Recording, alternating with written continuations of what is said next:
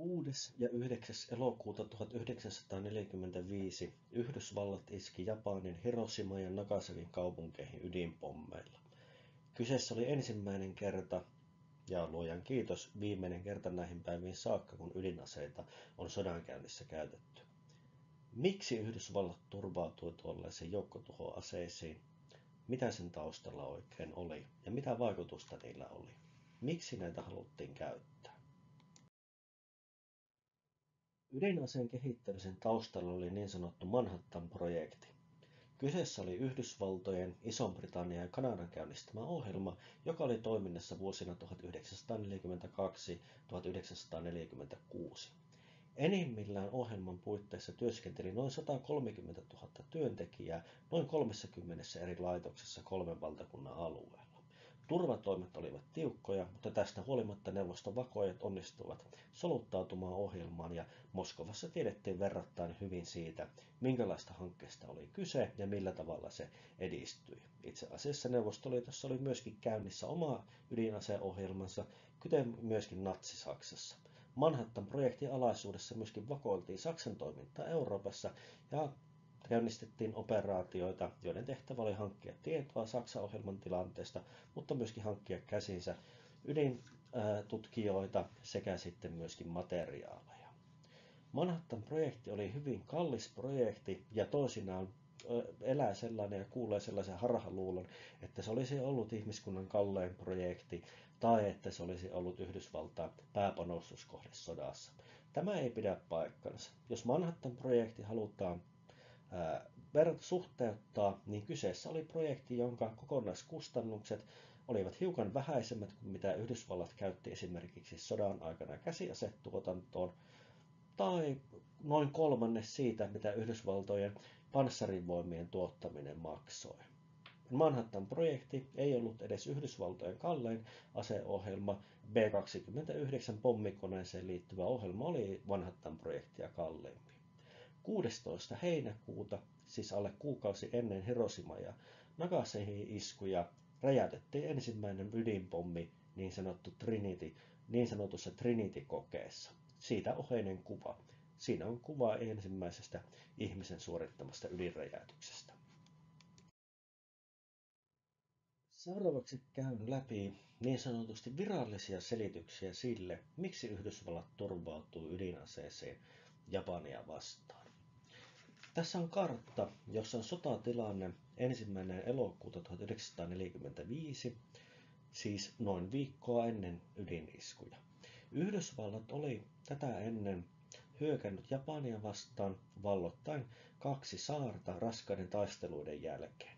Iwo Jiman taistelu käytiin helmi-maaliskuussa 1945 ja Yhdysvallat menetti siinä taistelussa pienen saaren valloituksessa noin 27 000 sotilasta haavoittuneena ja kaatuneena. Japanin tappiot olivat noin 18 000 kaatunutta.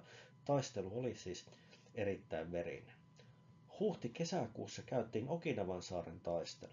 Okinawan saaren ympyrän juuri täältä kartalta. Kyseessä oli ensimmäinen saarista, jossa japanilaiset oikeastaan puolustivat omaa kotialuettansa, aluetta, joka oli historiallisesti pitkään ollut osa Japania. Okinawan taistelu, joka oli tärkeässä roolissa, jotta Japania vastaan voitiin pommikoneen hyökätä, Tyynenmeren tilanne oli sellainen, että etäisyydet olivat aivan valtavia, niin Okinawan taistelu, jossa Yhdysvalloilla oli valtava materiaalinen ylivoima, odotukset olivat verrattain lyhyestä taistelusta, niin taisteluita käytiin huhtikuusta kesäkuulle, ja Yhdysvaltain tappiot olivat ainakin noin 14 000, mahdollisesti noin 20 000 sotilasta kaatuneena, ja Japani menetti kaatuneena noin 110 000 sotilasta. Taistelut siis parin saaren hallinnasta olivat olleet äärimmäisen verisiä. Yksi siis näistä perussyistä, että miksi Yhdysvallat käytti tällaista hirmuista asetta, oli se, että nämä taistelut, joissa japanilaiset taistelivat puolustaakseen omaa maatansa, omia alueitansa, olivat äärimmäisen verisiä. Tällaisella logiikalla voidaan sanoa, että isku ydinaseilla, joka pakotti Japanin rauhaan ja polvilleen, osoittaa, että Japanilla ei ole mitään keinoja puolustautua tällaista hirmuista hyökkäystä vastaan, niin itse asiassa säästettiin ihmishenkiä. Niin japanilaisia kuin yhdysvaltalaisten ja liittolaistensa sotilaita säästyi tällaisella kahdella iskulla, kun Japanille tehtiin selväksi, että vastarinta olisi täysin turhaa. Japani siis, voidaan puolustella tätä hyökkäystä tällä tavalla, että Japani siis näin pakotettiin rauhaan. Vertailukohdiksi on todettava, että tavanomaisissa pommituksissa menehtyi ainakin noin 200 000 japanilaista, lähestulkoon kaikki siviilejä, mahdollisesti lukema selvästi suurempi, ja yksin Tokion pommituksissa menehtyi 80-130 000. Kahden ydiniskun tappiot olivat ainakin noin 130 000, mahdollisesti yli 200 000. Toisin sanoen, Japani, jota oltiin jo pitkään pommitettu, ei ollut taipunut tilanteessa rauhaan, mutta sitten kun kahdella iskulla aiheutettiin ainakin mittakaavaltaan samansuuruiset tappiot ja tuhot kuin siihen mennessä tavanomaisiin asein, niin tämä oli se luu, mikä lyötiin Japanin kurkkuun. Tämä on yksi keskeinen syy siinä, kuinka on selitetty sitä, että millä oikeutuksella ydinaseita käytettiin. Toisaalta toinen sellainen vähän inhorealistinenkin juttu oli se, että kyseessä oli myös signaali Neuvostoliitolle, jolle haluttiin näyttää, että nyt Yhdysvalloilla on tällainen tuhoisa ase, jota vastaan ei tehokkaita puolustuskeinoja ole, ja haluttiin antaa signaali siihen suuntaan. Todellisuudessa, kuten aikaisemmin totesin, niin Neuvostoliiton vakoilijathan olivat verrattain tarkkalleen tietoisia siitä, että mitä Manhattan-projektissa tapahtui, joten tämä voimankäytön demonstraatio oli siinä mielessä turha, mutta tätä ei luonnollisestikaan Washingtonissa tiedetty. Toisaalta on muistettava se, että nämä ydinaseet oli itse asiassa tarkoitettu Euroopan rintamalle. Jos sota Euroopassa olisi pitkittynyt ja Natsi-Saksan vastarinta jatkunut, ja se olisi näyttänyt sille, että vastarintaa uskottavasti voidaan vielä jatkaa, niin tällaisessa tilanteessa itse asiassa ydinaseita oltaisiin käytetty Euroopassa. Voidaan sanoa, että maana Japani oli toissijainen kohde. Nämä olivat siis niitä keskeisiä syitä, joilla sodankäynnissä ennennäkemätöntä asetta oikeutettiin. Tavanomaiset pommitukset aiheuttivat hirmuisia tuhoja, saman mittaluokan kokonaistappiot, eivätkä riittäneet pakottamaan Japania rauhaan. Japanille haluttiin tehdä selväksi, että vastarinta on turhaa, Japanilla ei ole keinoja puolustautua tällaista asetta vastaan, ja toisaalta sitten voimankäyttöä demonstroitiin ja näytettiin, että Neuvostoliitolle, että tällaista voimaa on käytettävissä. Ja oikeutus siitä sitten, että koska verisiin taisteluihin saarten valtaamisesta ei tarvitsisi ryhtyä, eikä tavanomaisilla aseilla tehtäviä pommituksia tarvittaisi jatkaa, niin ydinaseilla tehtävien iskujen tappiot olisivat selvästi pienemmät kuin mitä muuten olisi ollut välttämätöntä siinä, että Japani olisi saatu todella polvilleen. Oheinen kuva vuodelta 2003. Siinä näemme Iwo Jiman saaren, toisen näistä saarista, jonka valloitus oli amerikkalaisille hyvin verinen ponnistelu ja johti suuriin tappioihin. Seuraavaksi käymme läpi tätä Iwo Jiman taistelua, koska sen myötä tämä argumentti siitä, että Japanin pääsaarelle tehtävä hyökkäys olisi maksanut enemmän, muuttuu uskottavammaksi. Tässä näette kaksi karttaa. Vasemmalla näette tämän verrattain mitättömän kokoisen saaren kartan lentokenttineen ja muineen. Oikeanpuolisessa kartassa itse asiassa näkyy se syy, miksi Iwo Jima oli niin tärkeä. Iwo Jima sijaitsi keskellä Tyyntä valtamerta tai keskellä, mutta kun katsotaan tuolta Yhdysvaltain hallussa olevilta alueelta käsin, niin se oli ponnahduslauta Japani. Iwo Jiman saarelta käsin Japania vastaan voitiin iskeä. Tämän takia, jotta pystyttiin saavuttamaan kyky pommittaa Japanin pääsaaria ja sellainen uppoamaton lentotukikohta ja myöskin mahdollistaa tämä ydinpommitus, Iwo Jima oli valloitettava.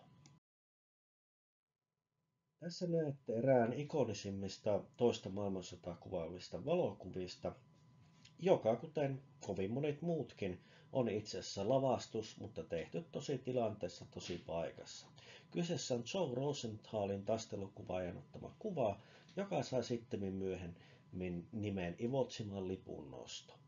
Iwo Jiman saarta puolusti yli 20 000 keisarillisen armeijan sotilasta, ja tämä oli ensimmäinen näistä Japanin kotisaarista. Okinawa, jonka mainitsin aikaisemmin, oli siis yksi näistä Japanin pääsaarista, Japanin saariryhmään kuuluva, mutta Iwo Jima oli ensimmäinen paikka, jota japanilaiset pitivät historiallisesti omanaan. Yli 20 000 keisarillisen armeijan sotilasta tätä saarta puolusti, ja vain ja ainoastaan 216 jäi vangiksi. Näistä 216 jokikinen oli haavoittunut. Siis japanilaiset taistelivat loppuun saakka. Yli tai noin 99% sotilaista sai surmansa, ja ainoastaan elävänä kiinni jäi sellaiset, jotka eivät pystyneet taistelemaan. Pientä saarta vastaan suoritettu hyökkäys, siitä Yhdysvaltain arvio oli, että 5 päivää ja homma on ohi, mutta sen sijaan 19. helmikuuta, kun yhdysvaltalaiset sotatoimet aloittivat, niin taistelut kestivät vielä yli kuukauden ajan. 5 päivän sijaan siis yli kuukauden, ja siinä vaiheessa, kun taistelut olivat laajassa mittakaavassa ohi, niin viimeiset japanilaissotilaat antautuivat tai kuolivat vasta viikkoja myöhemmin, eli vastarinta jatkui. 5 päivän taistelun sijaan kyseessä oli yli kuukauden operaatio, jossa vielä sitten jälkimainingit läikkyvät tovin aikaa. Yhdysvaltain materiaalinen ylivoima ei myöskään tehnyt taistelua helposti. Pikkusaaren valloituksessa Yhdysvaltojen sotilaista, joita oli noin 110 000, siis jos sitä vertaa siihen, että minkälaisilla sotavoimilla Euroopassa taisteluita käytiin, niin kyseessä oli aivan valtava sotilaallisen voiman keskittyminen yhden pikkusaaren valtaukseen. Näistä 110 000 sotilaasta noin 1/4 kaatui tai haavoittui. Tappiot olivat siis raskaita, vaikka japanilaiset puolustautuivat lähtökohtaisesti toivottomasta asemasta. Iwo Jiman taistelu oli jotain sellaista, mitä Yhdysvallat eivät olleet osanneet odottaa, vaikka tiesivät japanilaisten olevan tiukan paikan tulee fanaattisia taistelijoita. Japanin puolustusta johti runoilija ja diplomaatti kenraali Tadamichi Kuribayashi, ja hän ilmeisestikin kaatui johtaessa viimeistä japanilaisten hyökkäystä 26. päivä maaliskuuta 1945 tai sitten edellisenä yönä. Iwo Jiman taistelu oli Yhdysvalloille raskas muistutus siitä, että nyt kun uhattiin Japanin historiallista kotimaata, Japanin kotisaaria, niin vastarinta tuli tiukkenemaan.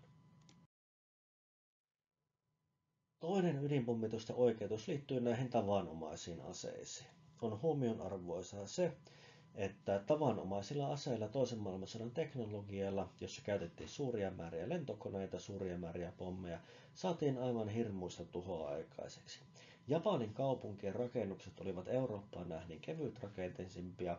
Taustallahan oli japanilaisten tottumus jatkuviin maanjäristyksiin, jotka toisaalta suosivat kevyiden rakennusten rakentamista, jotka siis kestivät näitä maanjäristyksiä paremmin, ja toisaalta sitten jälleenrakennus ja korjaus oli helpompaa.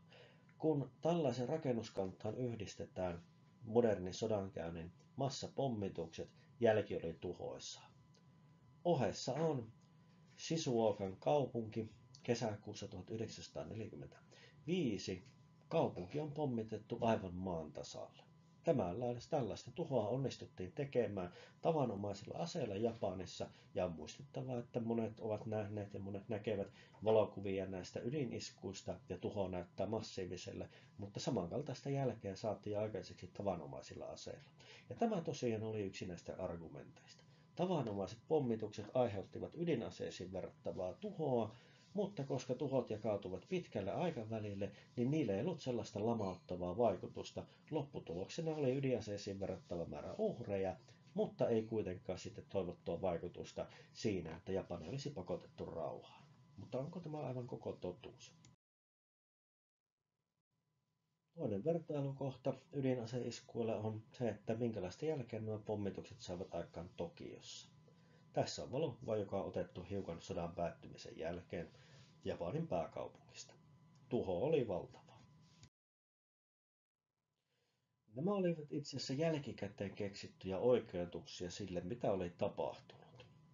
Kun Japania vastaan iskettiin, niin ensimmäinen isku käynnistyi Yhdysvaltain hallussa olevilta saarelta Iwo Jiman kautta Hiroshiman kaupunkiin ja sieltä sitten paluulento. Toinen isku myöskin toteutettiin sitten, ja se seikka, jota itse asiassa harvat tietävät, hyvin harva muistaa, oli se, että 9. päivä elokuuta tehdyssä iskussa itse asiassa ensimmäinen kohde oli Kokuran kaupunki. Kokuran kaupunkia vastaan ei kuitenkaan isketty ja niinpä pommitettiin Nagasakia. 6. päivä ja 9. päivä tehtiin hyvin lyhyellä aikavälillä 2 ydiniskua. Miksi näin oikein toimittiin? Mutta se mitä äsken kuulitte oli itse asiassa suurelta osin jälkikäteen keksittyjä selityksiä. Ensimmäinen asia, mikä kiinnittää huomioon, on se, että Japania vastaan iskettiin 6. päivä elokuuta ja 9. päivä elokuuta 3 päivän välein.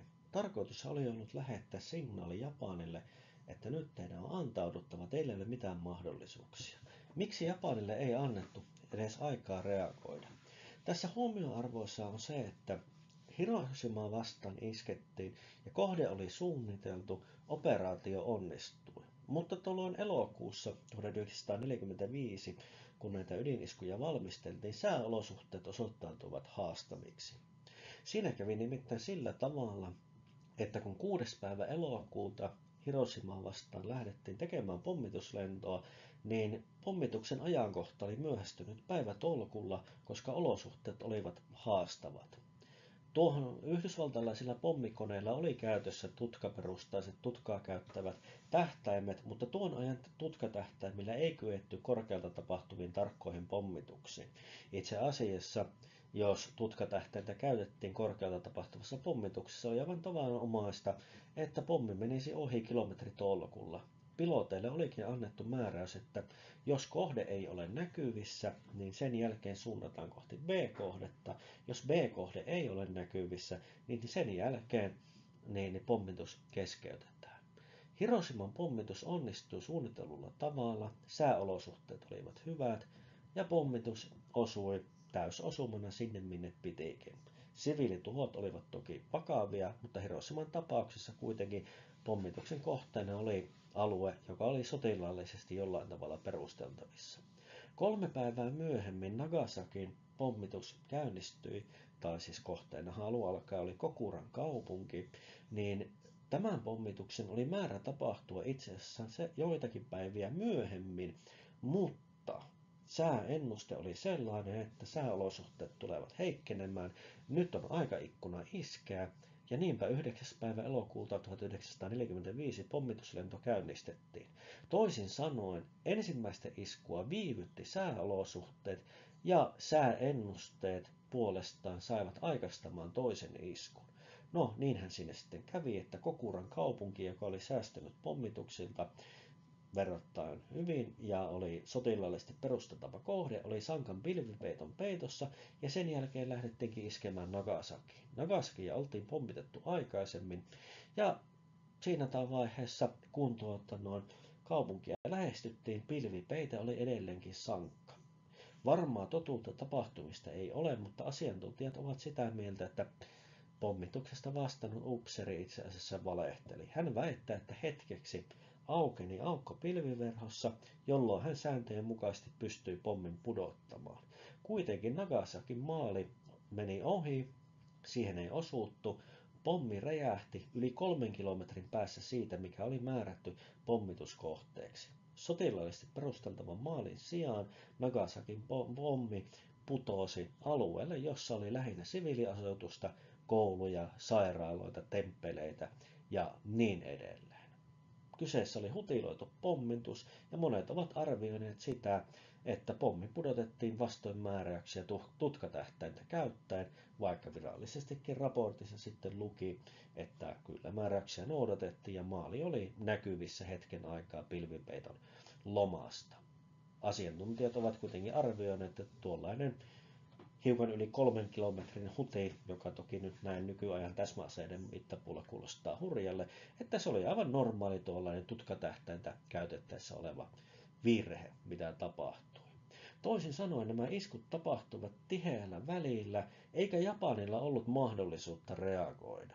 Siinä vaiheessa, kun Hiroshiman tuhojen todellisuus alkoi vasta Tokiossa selvitä, pommitettiin jo Nagasakia. Ja tämä on itse asiassa keskeinen argumentti, mitä on käytetty, kun on kyseenalaistettu ydin-iskujen oikeutus. Hiroshiman iskua voidaan perustella sillä tavalla, mitä äsken juuri esitin, ja siinä kyllä iskettiin sotilaallisesti perusteltavaa maalia vastaan. Vastaavia pommituksiahan oltiin nähty Euroopassa ja sodan osapuolet pommituksien osalta syyllistyvät toimintaan, joka on nykylain ja nykykonventioiden puitteissa sotarikosta, mutta tuohon aikaan osa normaalia sodankäyntiä, niin Hiroshiman pommitusta voidaan pitää tällä tavalla toisen maailmansodan raakuuksien kontekstissa ymmärrettävänä ja selitettävänä. Mutta Nagasakia vastaan iskettiin, eikä tämä perustelu Japanin pakottamista polvilleen tai sotilaskohdetta vastaan tehty isku enää pidä ilmaa sisällä, eivätkä siivet kanna. Nimittäin Hiroshiman isku viivästyi sääolojen takia, Nagasakin isku aikaistui, Japanilla ei ollut aikaa reagoida, ja Kokura, joka olisi ollut sotilaallisesti perustettava maali, sen sijaan iskettiin Nagasakiin, jonne pommi pudotettiin todennäköisesti näkemättä maalia, mikä johti siihen, että ydinase putosi kilometritolkulla ohi sotilaallisesti merkittävästä maalista keskelle siviilikohteita. Tämä Nagasakin tapahtuma, siihen johtanut tapahtumaketju, on keskeinen peruste sille, että voidaan kyseenalaistaa ainakin toisen ydinaseen käyttö. Ja hurjammaksi tämä käy siinä mielessä, että olisi voinut kuvitella, että Yhdysvaltain korkein sodanjohto antoi nämä määräykset. Itse asiassa päätös siitä, minne isketään, ja päätös siitä, että iskut tapahtuvat todellakin näin lyhyellä aikavälillä, tehtiin paikallisella tasolla. Sodankäyntialueen johtoportaassa nämä päätökset tehtiin. Ne eivät menneet Yhdysvaltain korkeimman sodanjohdon kautta, eikä Yhdysvaltain presidentti antanut tällaista määräystä, ja epäilyksiä onkin siitä, että presidentti ei itse asiassa edes aivan ymmärtänyt sitä, minkälaisesta aseesta ja minkälaisesta toiminnasta on kyse. Toisin sanoen, Yhdysvallat käytti ydinasetta 2 kertaa, josta ensimmäinen kerta voidaan jollakin tavalla perustella toisen maailmansodan kontekstissa ja jälkikäteen keksittyjen perusteluidenkin valossa, mutta Nagasakin isku, se oli jotain sellaista, millä on hankalampi löytää perusteluita.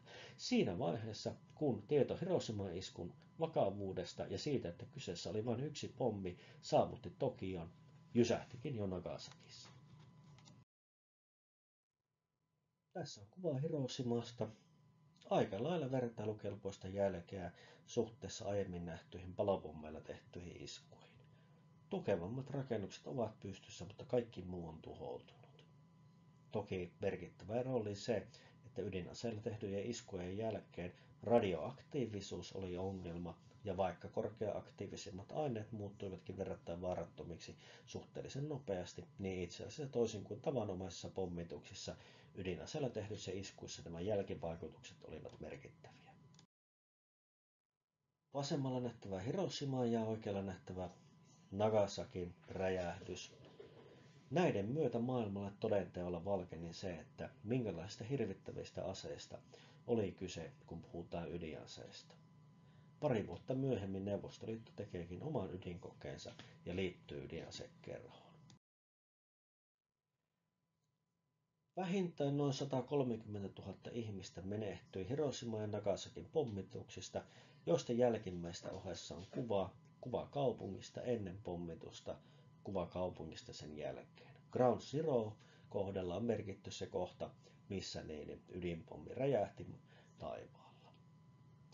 Mahdollisesti kuolonuhrien määrä ylittää 200 000 ja kyseessä oli monellakin tavalla poikkeuksellisten aseiden käyttö. Ei toki toisen maailmansodan kontekstissa, missä massapommitukset olivat aiheuttaneet suurta tuhoa, mutta nyt maailma oli siirtynyt uudenlaiselle aikakaudelle. Muutamia kymmeniä vuosia myöhemmin, kylmän sodan ollessa kuumimmillaan, niin Itä ja Länsi olivat valmistaneet valtavan määrän ydinaseita riittävästi tuhotakseen elämän maapallolla sellaisena kuin sen tunnemme, tai ainakin ihmissivilisaation. Hiroshima ja Nagasakin pommituksia muistetaan yhä tänäkin päivänä. Ne ovat karu muistutus siitä, mitä tapahtuu, kun sodankäyntiteknologia yhdistyy tieteeseen ja politiikkaan, joka mahdollistaa tällaisten aseiden käytön. Edelleenkin voidaan tietysti keskustella siitä, että säästivätkö ydinaseet ihmishenkien määrää. Tätä emme tietysti voi koskaan tietää. Me emme voi palata aikakoneella taaksepäin ja arvioida sitä, että mitä Japani olisi tehnyt, jos. Mutta todellisuus on kuitenkin se, että ainakin Nagasakin pommituksen oikeutus pystytään kyseenalaistamaan, ja tosiasia on se, että jo ennen Hiroshimankin iskua Japanissa käytiin jo keskustelua siitä, että voidaanko sota voittaa, voidaanko sotaa jatkaa, pitäisikö Japanin antautua. Kuitenkin on muistettava, että tuossa vaiheessa Japani valmistautui puolustamaan kotisaaria. 2 sellaista oltiin valloitettu valtavien ihmishenkien menetysten hinnalla. Siviilejäkin oli kuollut suuria määriä, ja jos taistelut olisivat alkaneet Japanin runsausväkisillä pääsaarilla, niin silloin ne olisivat olleet väistämättä äärimmäisen verisiä. Kysymys oikeastaan kuuluukin siinä, että olisiko Japani todenteolla taistellut siinä vaiheessa, kun isketään näitä suuria pääsaaria vastaan, olisiko se luovuttanut aikaisemmin vai ei. Tähän me emme koskaan saa vastausta, mutta ainakin Nagasakin isku näyttäytyy historian valossa sellaiselle, että sen oikeutusta on kehitelty jälkikäteen, eikä suurella yleisöllä ole tietoa, että millä tavalla tämä oikeastaan tapahtui, minkä ihmeen takia 2 ydiniskua tehtiin 3 päivän välein. Siinä on myöskin sellainen seikka, että nämä 2 ydinpommia käyttivät erilaista teknologiaa. Molemmat olivat fissiopommeja, mutta toisessa ydinmateriaali oli uraania ja toisessa plutoniumia. Voidaan sanoa, että myöskin kyseessä oli uuden aseteknologian testaaminen tositilanteessa. Kiitoksia mielenkiinnosta. Laittakaa kanava seurantaa.